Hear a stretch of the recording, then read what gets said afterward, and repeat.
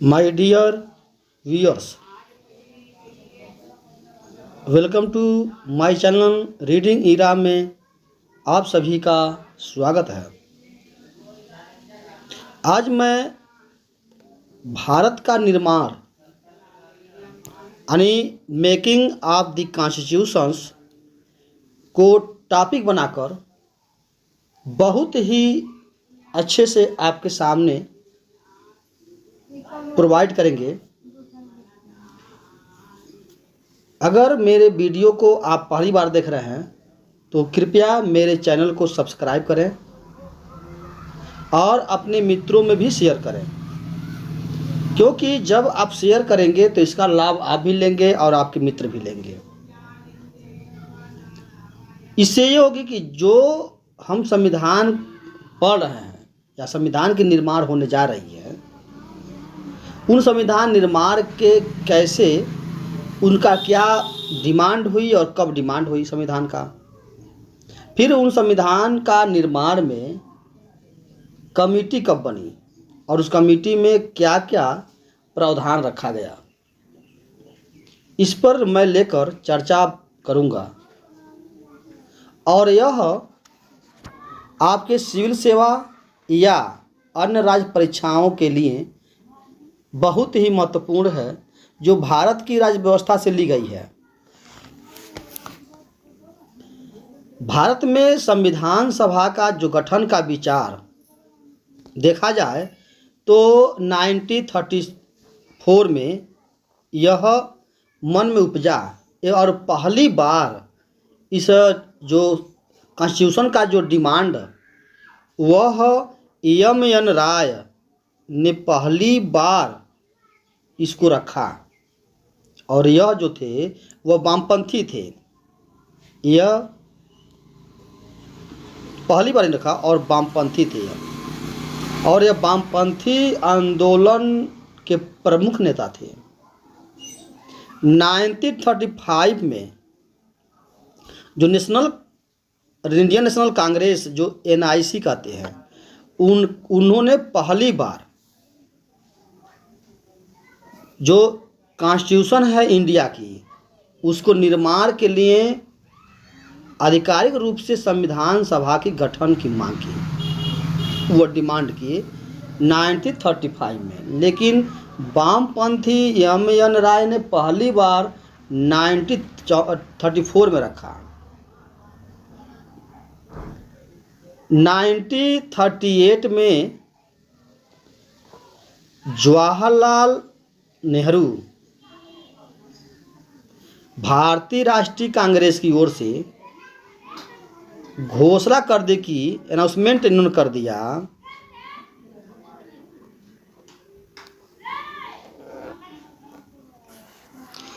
स्वतंत्र भारत के संविधान का जो निर्माण वह वयस्क मताधिकार के आधार पर चुनी गई संविधान सभा द्वारा किया जाएगा और इसमें कोई बाहरी हस्तक्षेप नहीं होगा। 1938 Jawaharlal Nehru on behalf on NIC declared that constitution of free India must be framed without outside interference by a constitution assembly elected on the basis of adult franchise। लेकिन क्या यही बात जो जवाहरलाल नेहरू ने की मांग, अंततः ब्रिटिश सरकार ने जो करा है, जो demand was finally accepted in principle by the British government in what is known as the August offer of 1940। स्वीकार कर लिया ब्रिटिश सरकार ने, और इसे सन जो ईयर्स 1940 में अगस्त प्रस्ताव के नाम से जाना जाता है। 1942 में ब्रिटिश सरकार के कैबिनेट मंत्री यानी ब्रिटिश सरकार के जो कैबिनेट मंत्री थे स्टैफोर्ड क्रिप्स ने और तथा ब्रिटिश मंत्रिमंडल के एक सदस्य एक स्वतंत्र संविधान के निर्माण के लिए ब्रिटिश सरकार ने एक प्रारूप प्रस्ताव के साथ भारत आए। Adopt after the world, Bharat आए। इस संविधान को द्वितीय विश्व युद्ध के बाद अपनाया जाना था, एडॉप्ट करना था। Adopt after the world war second. अब जो स्टैफोर्ड क्रिप्स का जो प्रस्ताव को लेकर मुस्लिम लीग ने, क्रिप्स जो प्रपोजल था was reject by the Muslim communities. Muslim league ने इसको किया और स्वीकार कर दिया। और मुस्लिम लीगों की जो मांग थी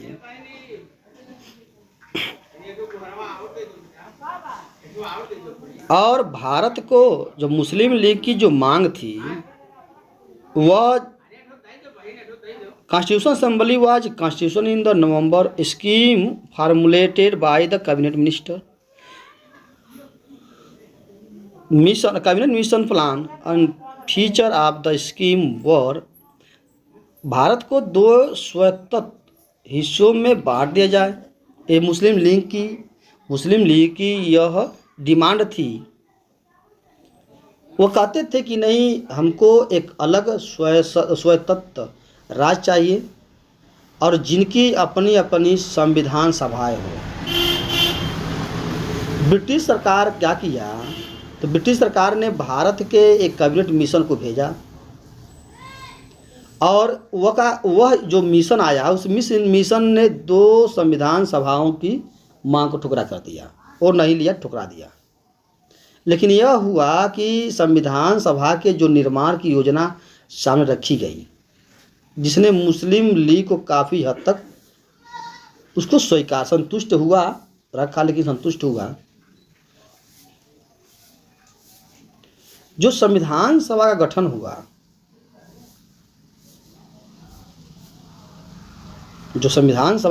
हुआ, उस गठन में कैबिनेट मिशन योजना द्वारा नवंबर 1946 में यह संविधान सभा गठन हुआ।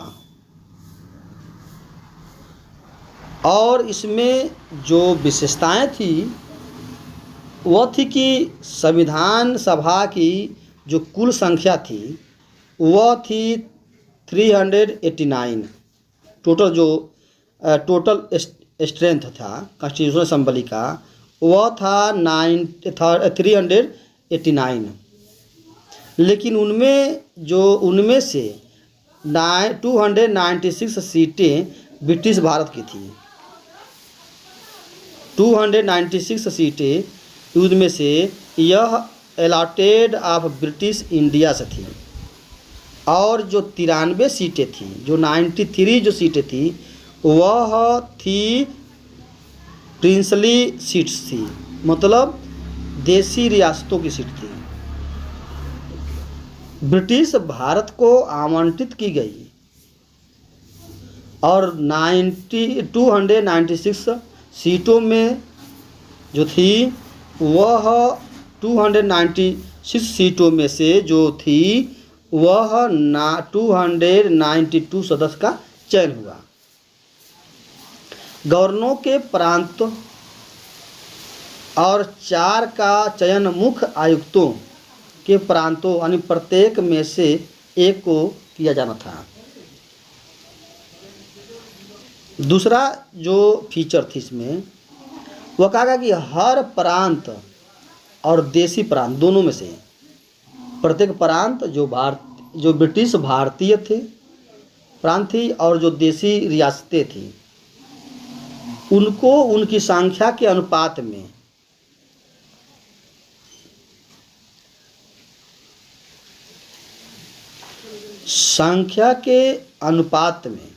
सीटों को आवंटित की जानी थी। अगर कहा जाए तो प्रत्येक 10 लाख लोगों पर एक सीटें की आवंटित की गई थी।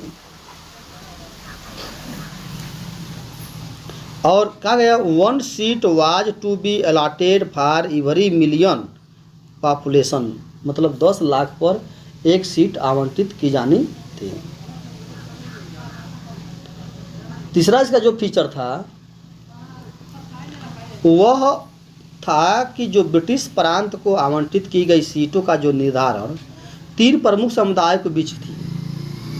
पहला जो समुदाय था वह मुस्लिम, सिख और जनरल, मतलब मुस्लिम और सिख को छोड़कर बाकी जितने भी भारतवासी थे उन तीनों में यह डिवाइड की गई थी।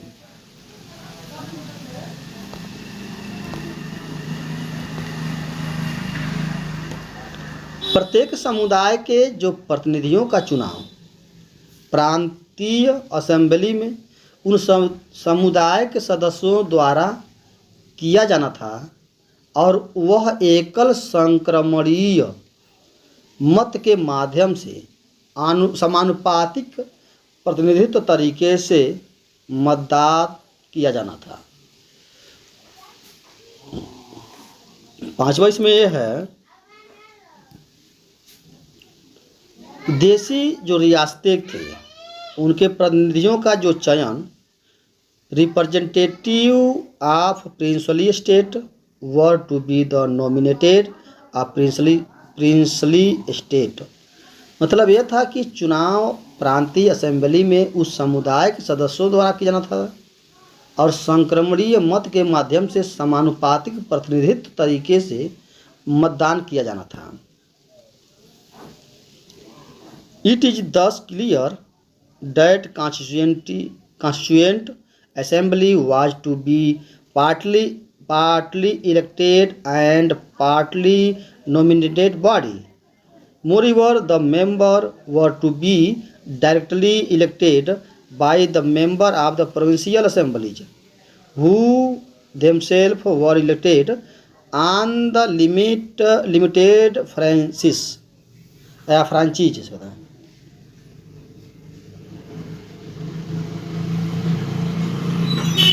संविधान सभा की जो आंशिक रूप से चुनी गई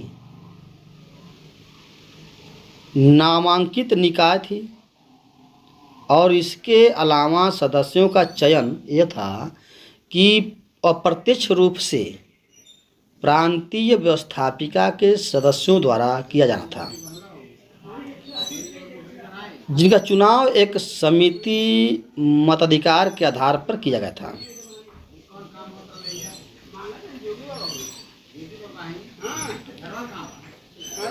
election to the constituent assembly था जिसमें संविधान सभा के लिए चुनाव जुलाई अगस्त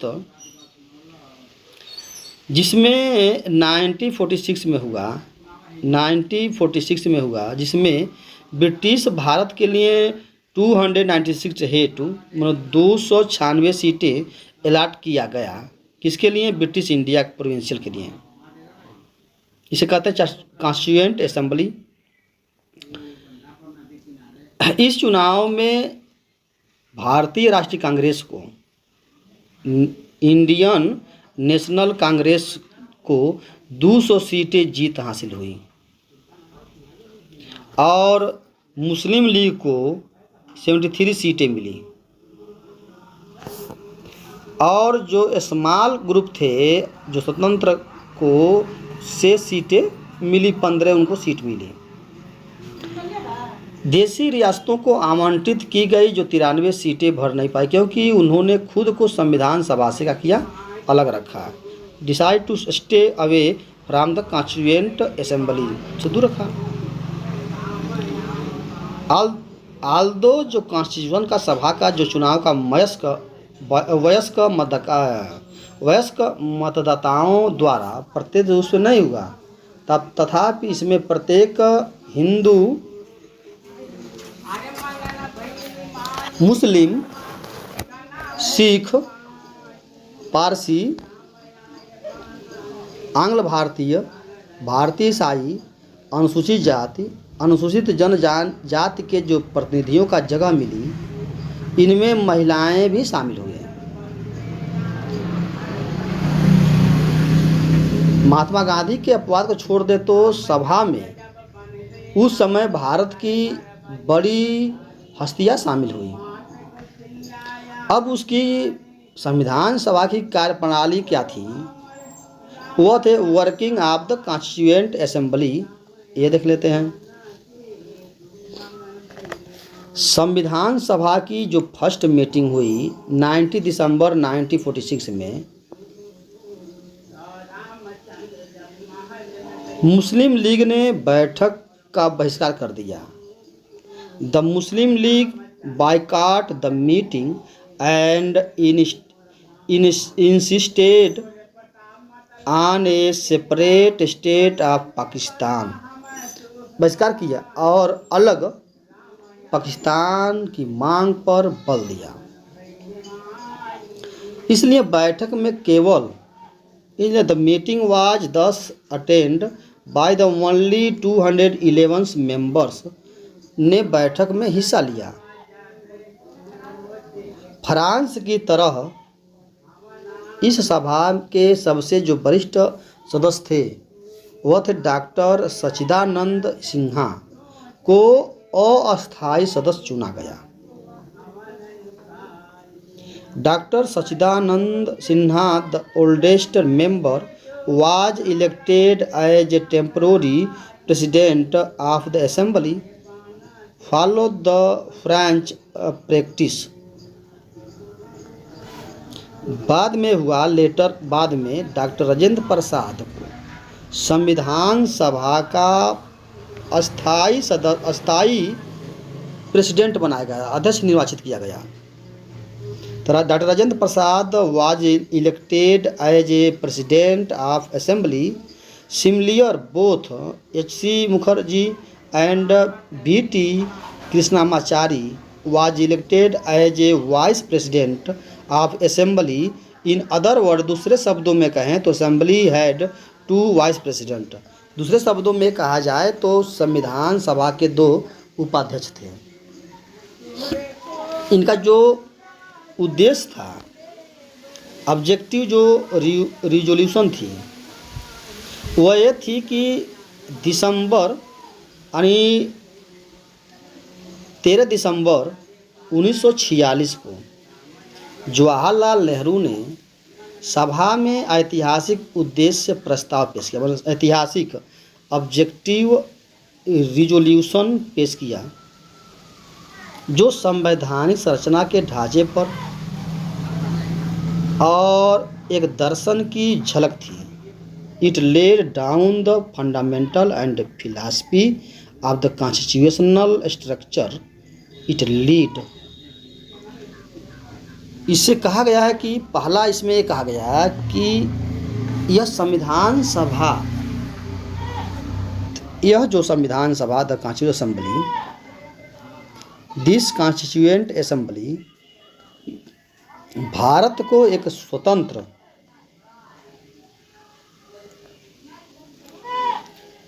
संप्रभु सोरेन और संप्रभु गणराज्य घोषित करती है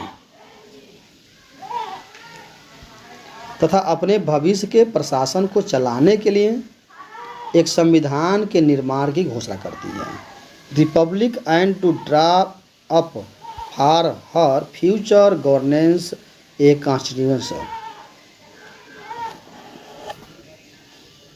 कॉन्स्टिट्यूशन। दूसरा इसमें कहा गया, इसमें ये था कि ब्रिटिश भारत में when the territories that now comprise British India, territories that now form the India seat and such other part of India as are outside India and state as well as other territories as were willing to be constituent into the independent sovereign India shall be union of them all। British Bharat में शामिल सभी क्षेत्र भारतीय राज्यों में शामिल सभी क्षेत्र और बाहर के इस प्रकार के सभी क्षेत्र और अन्य क्षेत्र जो इसमें शामिल होना चाहेंगे वो भारतीय संघ का हिस्सा होंगे। तीसरे उक्त में कहा गया है कि उनकी जो सीमाओं का निर्धारण संविधान सभा द्वारा किया जाएगा और उसके उपरांत नियमों के अनुसार यदि वो चाहेंगे तो इसको अवशिष्ट शक्तियाँ उसमें निहित रहेगी और उनकी अवशिष्ट शक्तियाँ उसमें निहित रहेगी तथा प्रशासन के संचालन के लिए सभी शक्तियाँ केवल उनको छोड़कर जो संघ में निहित होगी इन राज्यों को प्राप्त होगी। संप्रभु, स्वतंत्र, all power and authority of the sovereign, Bharat की सभी शक्तियाँ एवं प्राधिकार, independence India, it constituent part are organs of government are derived from the people, सभी शक्तियाँ एवं प्राधिकार इसके अभिन्न अंग तथा सरकार के अंग और सभी का स्रोत भारत की जनता की होगी। भारत के सभी लोगों के लिए न्याय, जस्टिस, सामाजिक, सोशल, आर्थिक, इकोनॉमिक एंड पॉलिटिकल, राजनीतिक स्वतंत्रता एवं इक्वलिटी ऑफ स्टेट अपॉर्चुनिटी और सुरक्षा अवसर की समता, विविध के समक्ष समता, विचार और अभिव्यक्ति, विश्वास, भ्रमण, संगठन बनाने आदि की स्वतंत्रता तथा लोक नैतिकता की स्थापना सुनिश्चित की जाएगी।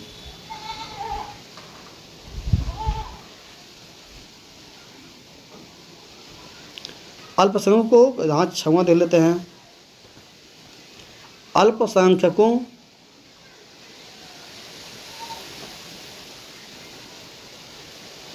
ट्राइबल एरिया, पिछड़े वर्ग, बैकवर्ड वर्गों तथा जनजातीय, backward classes, other backward classes,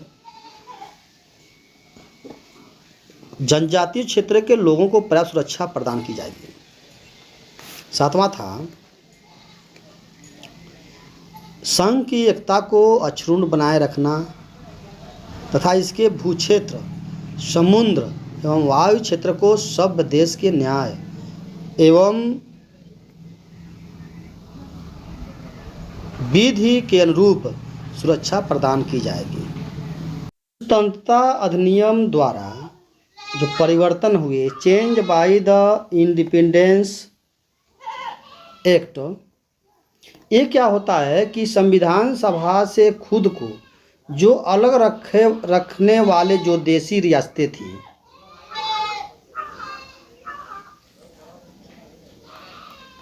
वह समान रूप से धीरे धीरे प्रतिनिधि इसमें शामिल होने लगे और 28 अप्रैल 1947 को 6 राज्यों के प्रतिनिधि सभा के सदस्य बन चुके। 6 स्टेट के जो प्रतिनिधि थे वह असेंबली के क्या बन गए, सदस्य बन गए। 3 जून 1947 को भारत के बंटवारे के लिए जो पेश की गई माउंटबेटन प्लान की जो स्वीकार करने के बाद अन्य देशी रियासतों को ज़्यादातर प्रतिनिधियों ने सभा को अपनी सीटें ग्रहण कर ली। भारतीय हिस्से की जो मुस्लिम लीग के सदस्य थे वो भी इसमें क्या होने लगे, शामिल होने लगे।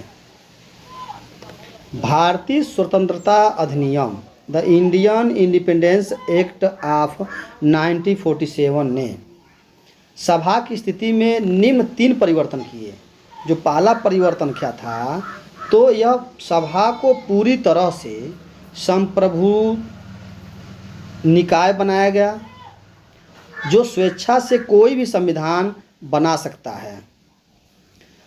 इस अधिनियम ने सभा को ब्रिटिश संसद द्वारा भारत के संबंध में जो बनाए गए किसी भी कानून को समाप्त कर सकता था अथवा उसको बदल सकता था, वह उसको अधिकार मिल गया था।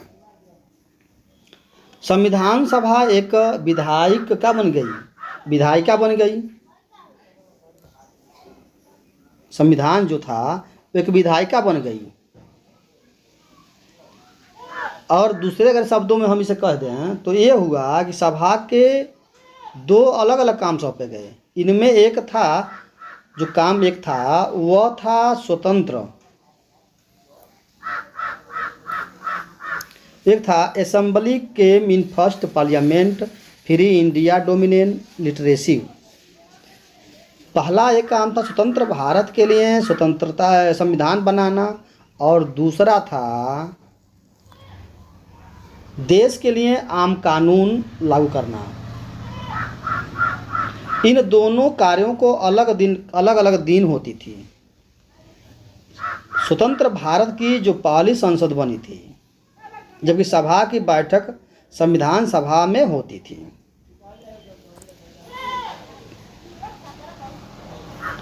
इसकी अध्यक्षता डॉक्टर राजेंद्र प्रसाद करते थे,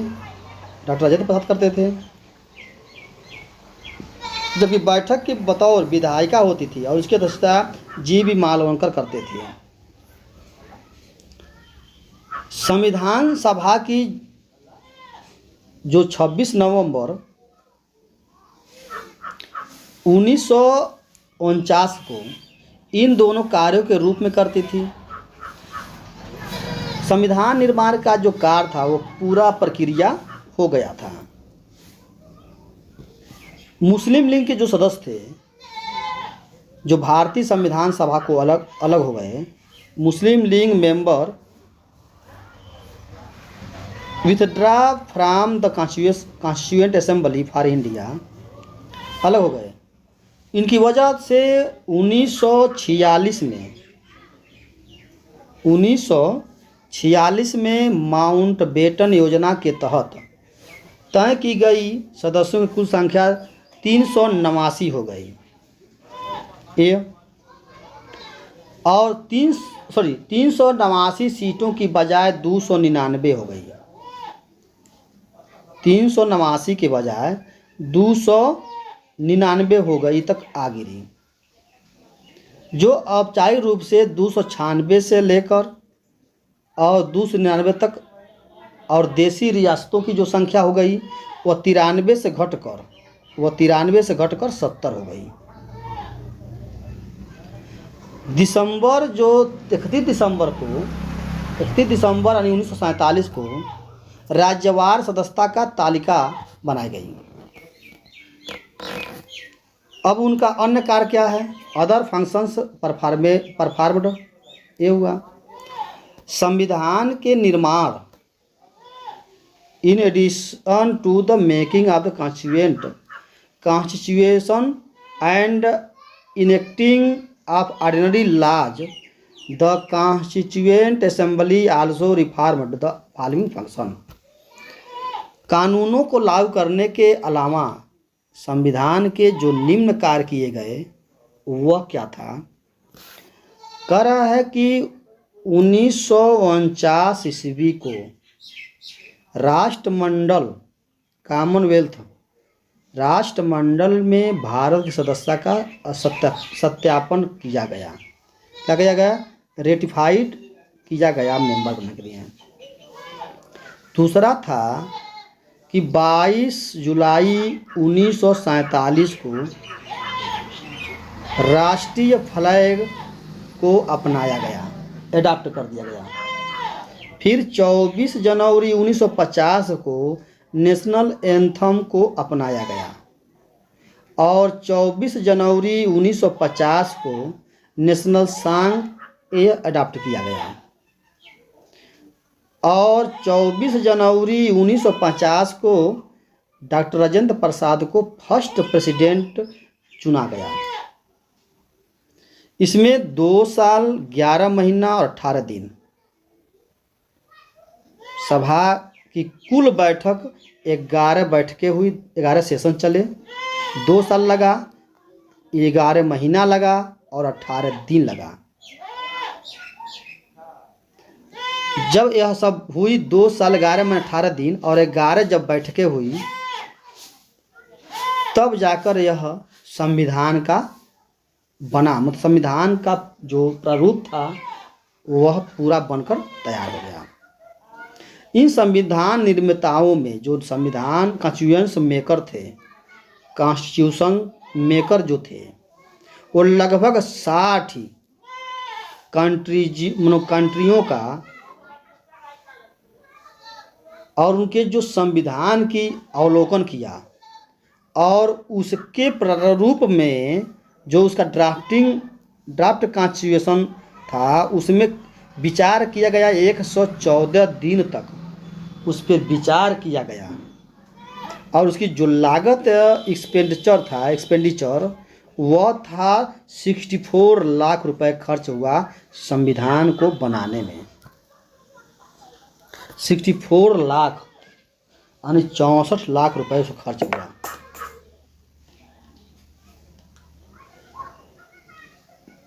चौबीस जनवरी 1950 को संविधान सभा की अंतिम बैठक हुई, जो बाद में ये हुआ कि 26 जनवरी 1950 से लेकर और 51 और 52 में हुए जो आम चुनाव हुआ, उसके बाद नई संसद के निर्माण तक भारत की जो अंतरिम संसद के रूप में काम किया।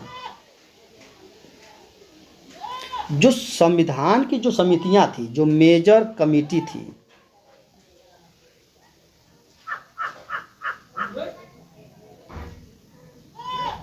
या संविधान की हम ये कहें जो मेजर कमेटी माने बड़ी कमेटियाँ थी, यहाँ से देखें, जो संविधान सभा की जो समितियाँ थी, committees of the constituent assembly,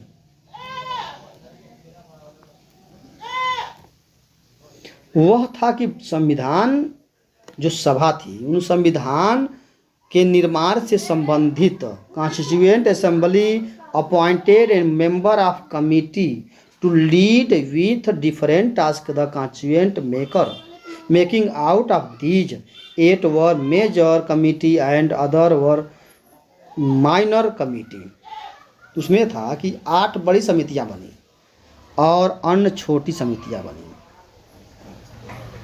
और इनके अध्यक्षों का नाम भी ऐसा है। जो मेजर समितियां बनी, बड़ी समितियां, वो पहला था संघ शक्ति समिति, जो यूनियन पावर कमेटी बना, जिनके अध्यक्ष थे वह थे पंडित जवाहरलाल नेहरू। दूसरा बना संघीय संविधान समिति, इनका भी पंडित जवाहरलाल नेहरू बने, जिसे यूनियन कॉन्स्टिट्यूशन कमेटी बनी। फिर बना प्रोविंशियल कॉन्स्टिट्यूशन कमेटी, जो सरदार वल्लभ भाई पटेल इनका अध्यक्ष थे। फिर ड्राफ्टिंग समिति थी, जिसे ड्राफ्टिंग कमेटी थे, उनके जो अध्यक्ष थे वह थे डॉक्टर BR अम्बेडकर। और मौलिक अधिकारों, अल्पसंख्यकों एवं जनजातियों तथा बहिष्कृत क्षेत्रों के लिए सलाहकार समिति, जिसमें परामर्शदाताओं समिति सरदार पटेल। और इस समिति के अंतर्गत निम्नलिखित जो 5 उप समितियाँ थीं वह थी 5 उप समितियाँ,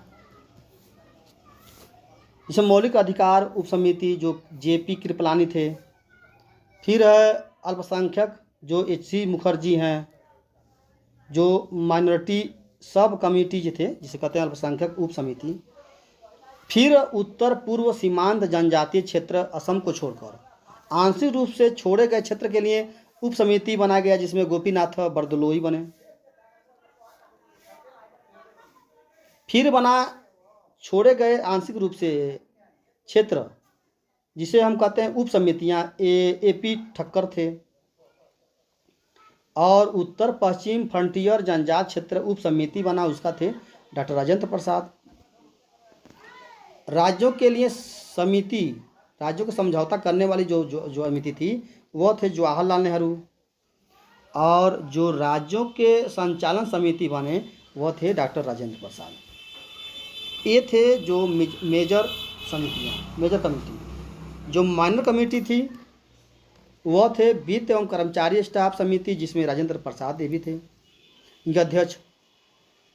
प्रत्यायक का समिति बना, अल्लादी कृष्णा स्वामी अय्यर बने, अल्लादी कृष्ण स्वामी अय्यर। फिर जो सदन समिति बनी वह थे बी पट्टाभाई सीतारमैया। तो इस तरह का छोटी समितियां माइनर कमेटी बनी और मेजर कमेटी बनी। जो प्रारूप समिति बनी थी, ड्राफ्टिंग जो कमेटी थी, वह विशेष कमेटी थी और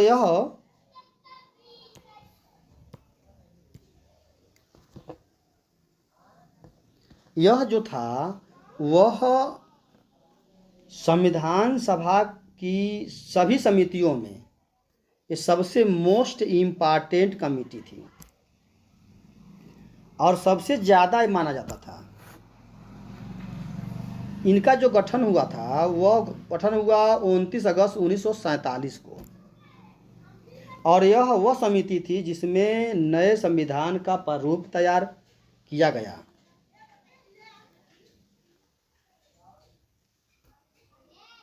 इसमें 7 सदस्य थे, जिनके कौन कौन थे वो देखते हैं। पहले थे डॉक्टर B.R. अम्बेडकर, ये थे चेयरमैन इस कमेटी के, अध्यक्ष थे। फिर N. गोपाल स्वामी अय्यर थे, अयंगर से कहते हैं। फिर अल्लादी कृष्ण स्वामी अय्यर थे। उसके बाद डॉक्टर K.M. मुखर्जी थे, सैयद मोहम्मद असदुल्ला थे, N. माधव राय थे और जो 7वें थे T.T. कृष्णामाचारी वो थे। यानी 7 लोग इनके सदस्य थे। विभिन्न समितियों की प्रस्तावों पर विचार करने के बाद ड्राफ्टिंग कमेटी सभी पॉइंटों पर विचार करने के बाद प्रारूप समिति ने भारत के संविधान का पहला प्रारूप तैयार किया। इसे फरवरी 1948 को प्रकाशित किया गया और भारत के लोगों को इस प्रारूप पर चर्चा करने और संशोधन करने का प्रस्ताव देने के लिए 8 माह का समय लगा।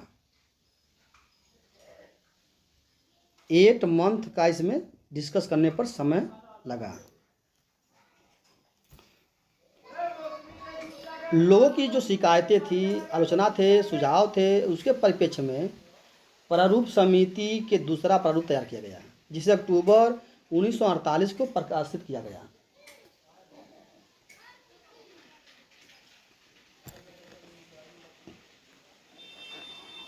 प्रारूप समिति ने अपना जो ड्राफ्टिंग कमेटी थी वो प्रारूप तैयार करने में 6 माह से भी कम समय लगाया और इस दौरान उनकी कुल जो बैठकें हुई वह हुई 141 बैठकें हुई।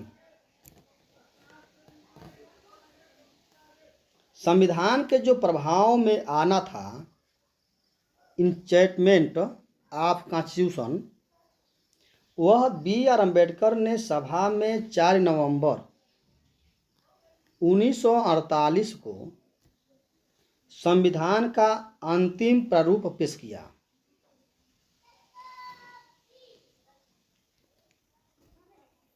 और इस जो पहली बार इस संविधान को पढ़ा गया,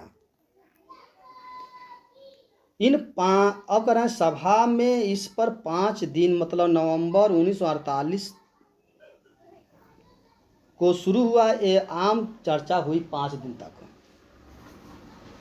दूसरी बार 15 नवंबर 1948 को विचार होना शुरू हुआ और संविधान पर खंडवार विचार किया गया, मतलब स्टेप बाय स्टेप रिकॉर्डेड। और यह कार्य 17 नवंबर 1947 तक चलता रहा। 17 अक्टूबर 17 नवंबर इसमें लिखा 17 अक्टूबर या नवंबर होना चाहिए, चलता रहा।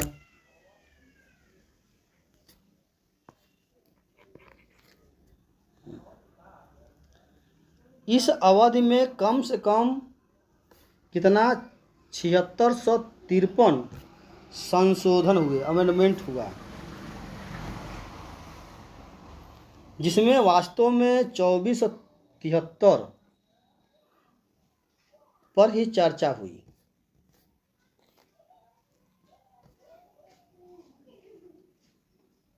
संविधान सभा की जो तीसरी यानी 14 नवंबर 1949 को विचार शुरू हुआ और डॉक्टर B.R. अम्बेडकर ने the constitution and settled by the assembly B past प्रस्ताव पेश किए। संविधान के प्रारूप पर पेश इन प्रस्ताव को 26 नवंबर 1949 को पारित घोषित कर दिया गया।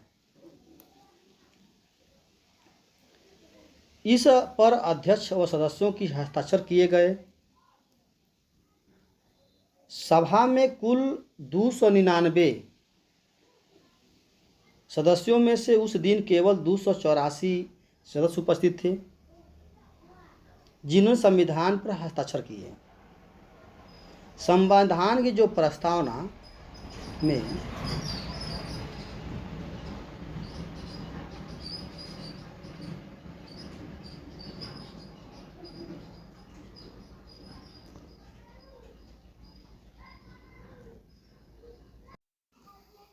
26 नवंबर 1949 को उल्लेख दिन उस दिन के रूप में किया गया जिस दिन भारत के लोगों ने सभा में संविधान को अपनाया और लागू किया और स्वयं को संविधान सौंपा। 26 नवंबर 1949 को अपनाए गए संविधान में प्रस्तावना 395 अनुच्छेद और 8 अनुसूचियाँ थीं। इस प्रस्तावना को पूरे संविधान को लागू करने के बाद किया गया। नए विधि मंत्री बने वह B.R. अम्बेडकर ने सभा में संविधान को प्रारूप को रखा। अम्बेडकर ने सभा के कार्यकलापों को बढ़ चढ़कर हिस्सा लिया और अपनी तर्कसंगत और प्रभावशाली दलीलों के लिए जाना जाता था। उन्हें भारत के संविधान के जनक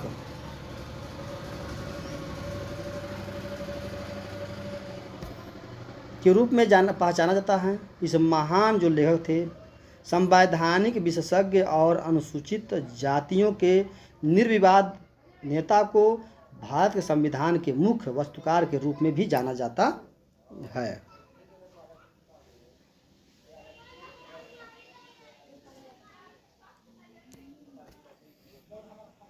संविधान का प्रवर्तन enforcement of the constitution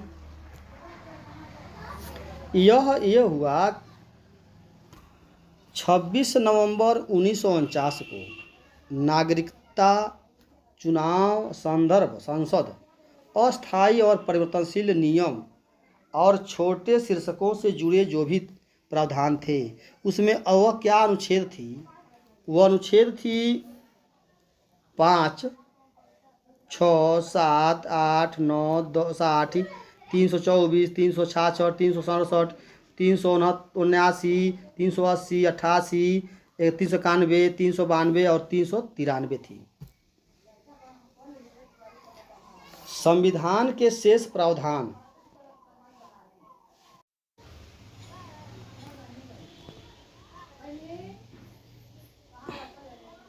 in दिनों संविधान की जो शुरुआत के रूप में इसलिए चुनाव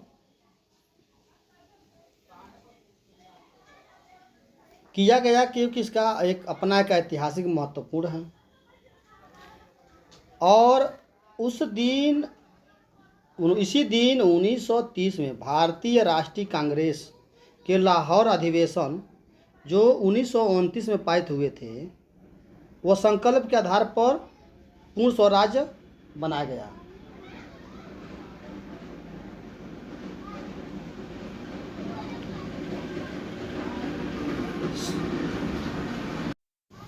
अब 26 जनवरी 1950 यह प्रावधान जो संविधान का शेष प्रावधान था लागू कर दिया गया, और इन दिनों संविधान की शुरुआत के दिन के रूप में भी और स्वतंत्र दिवस के रूप में मनाया गया 26 जनवरी 1950 को।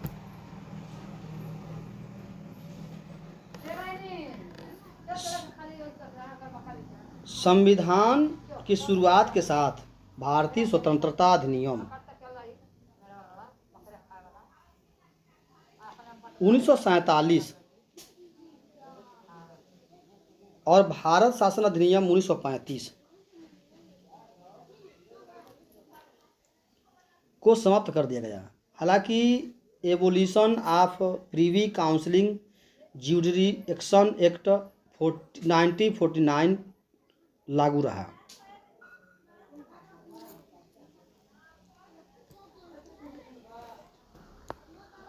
अब जो कांग्रेस की विशेषज्ञ जो समितियां बनी, जो विशेषज्ञ समिति जिसे criticism of the constituent assembly, इसमें जो संविधान सभा की जो आलोचनात्मक बनी, लेकिन हम देखते हैं पहले समितियां क्या बनी।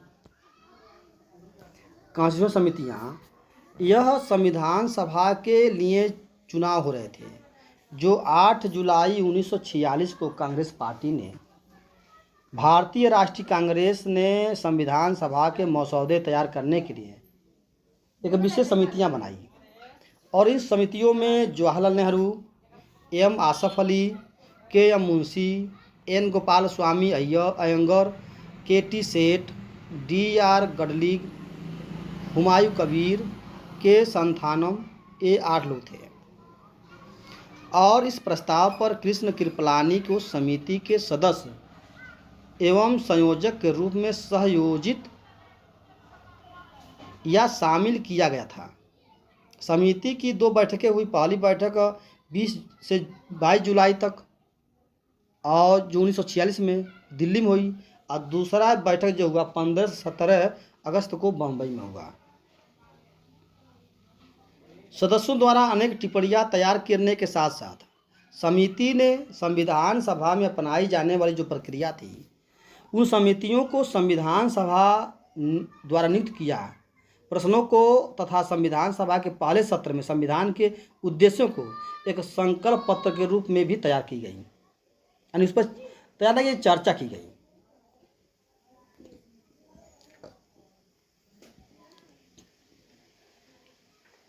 संविधान निर्माण की समिति की भूमिका पर प्रकाश डालते हुए एक अमेरिकी संविधानविद ग्रेनविले ऑस्टिन लिखा कि यह कांग्रेस की विशेष समिति थी जिसमें वर्तमान संविधान की उपलब्धि तक भारत को पहुंचाया। संविधान निर्माण में इस समिति की भूमिका पर प्रकाश डाला। समिति के सदस्यों ने कैबिनेट मिशन स्कीम की तर्ज पर काम करते हुए स्वायत्त क्षेत्रों और केंद्र और प्रांतीय सरकारों की शक्तियां आदि पर एक समान सुझाव निर्मित किए।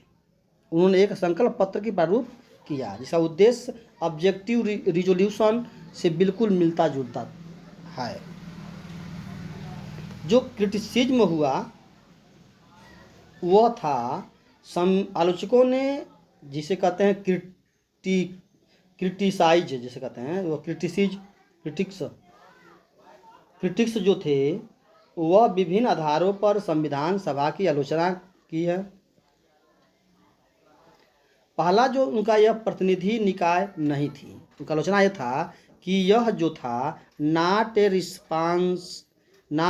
ए रिप्रेजेंटेटिव बॉडी, यह प्रतिनिधि निकाय नहीं थी, क्योंकि इसमें आलोचकों ने दलील दी है कि संविधान सभा की जो प्रतिनिधि सभा नहीं थी, क्योंकि इनके सदस्यों का चुनाव आम भारत के लोगों द्वारा वयस्क मताधिकार के आधार पर नहीं हुआ, इसलिए यह नॉट रिप्रेजेंटेटिव बॉडी, यह प्रतिनिधि निकाय नहीं थी। दूसरा था संप्रभुता का अभाव, नॉट ए सोरेन बॉडी। आलोचकों का कहना है कि संविधान सभा एक संप्रभु निकाय नहीं था, क्योंकि इसका निर्माण ब्रिटिश सरकार के सदस्य प्रस्ताव के आधार पर हुआ था। यह भी कहा जाता है कि संविधान सभा अपनी बैठक से पहले ब्रिटिश सरकार से इजाज़त लेती थी। समय की बर्बादी, टाइम कंज्यूमिंग। आलोचकों के अनुसार ये कहना है कि संविधान सभा ने इस निर्माण में ज़रूरत से कहीं ज़्यादा समय ले लिया। उन्होंने कहा कि अमेरिका के संविधान निर्माताओं ने मात्र 4 माह में अपना काम पूरा कर दिया। निराजुद्दीन अहमद संविधान सभा के सदस्य ने इसके लिए अवमानना दर्शाने के लिए प्रभु समिति हेतु एक नया नाम गढ़ा। उन्होंने इन्हें अपवहन समिति कहा। कांग्रेस का संप्रभुत्व। आलोचकों का आरोप है कि संविधान सभा में कांग्रेसों का संप्रभुत्व था। ब्रिटिश के संविधान विशेषज्ञों का ग्रेनविले स्टील ने टिप्पणी की कि संविधान सभा एक दलीय देश का एक दलीय निकाय है। सभा ही कांग्रेस है और कांग्रेस ही भारत है। वकीलों और राजनीतिकों का प्रभुत्व। यह भी कहा जाता है कि वकीलों और नेताओं का बोलबाला था। उन्होंने कहा कि समाज के अन्य वर्गों को पर्याप्त प्रतिनिधित्व नहीं मिला। उनके अनुसार संविधान के आकार और उनकी जटिल भाषाएं के पीछे यही मुख्य कारण थी। हिंदुओं का प्रभुत्व। कुछ आलोचकों का कहना है कि जो संविधान सभा में हिंदुओं का वर्चस्व था, लॉर्ड विस्काउंट ने इसे हिंदुओं का निकाय कहा। इसी प्रकार विंस्टन चर्चिल ने टिप्पणी की कि संविधान सभा ने भारत के केवल एक बड़े समुदाय का प्रतिनिधित्व किया है।